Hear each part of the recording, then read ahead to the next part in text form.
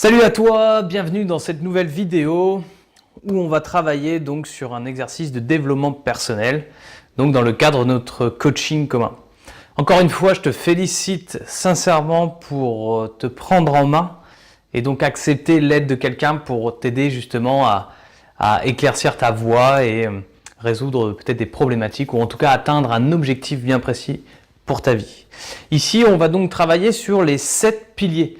Ce sont des exercices que je vais te débloquer ou en tout cas t'envoyer au fur et à mesure de l'avancement de nos coachings.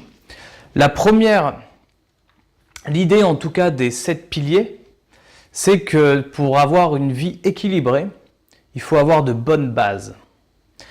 Et ces 7 piliers, la première base, ça va être évidemment l'intégrité.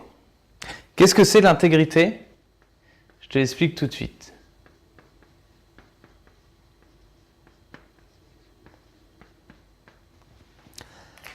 L'intégrité, c'est comment est-ce que tu es honnête envers toi-même et envers les autres.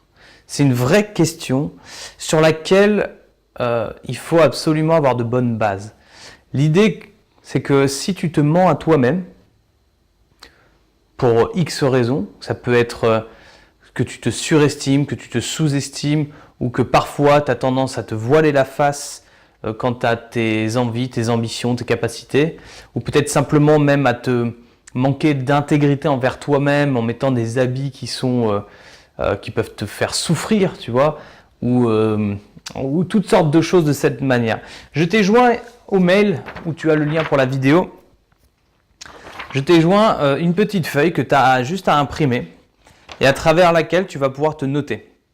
Tu vas te donner une note sur 10 sur 8 valeurs, 8 critères sur lesquels tu pourras estimer avoir une forte ou faible intégrité. C'est un exercice difficile puisqu'il faut être honnête envers soi-même. Et au plus tu seras honnête envers toi-même et au plus tu feras des progrès importants. D'accord ? Donc surtout, souviens-toi que cet exercice, on va le retravailler ensemble lors de notre prochain rendez-vous. Mais c'est très très important de le faire avec le plus d'intégrité. D'accord ? Moi, je sais que j'ai eu une tendance à un moment donné dans ma vie à me mentir fortement à moi-même.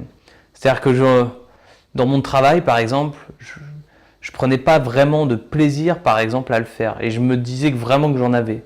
Pourquoi ? Parce que je cherchais à tout prix la réussite et la reconnaissance plutôt que le plaisir et le sens dans mon travail. Donc c'est important de bien se noter là-dedans et puis on en rediscute lors de notre prochain coaching. Allez, à très bientôt.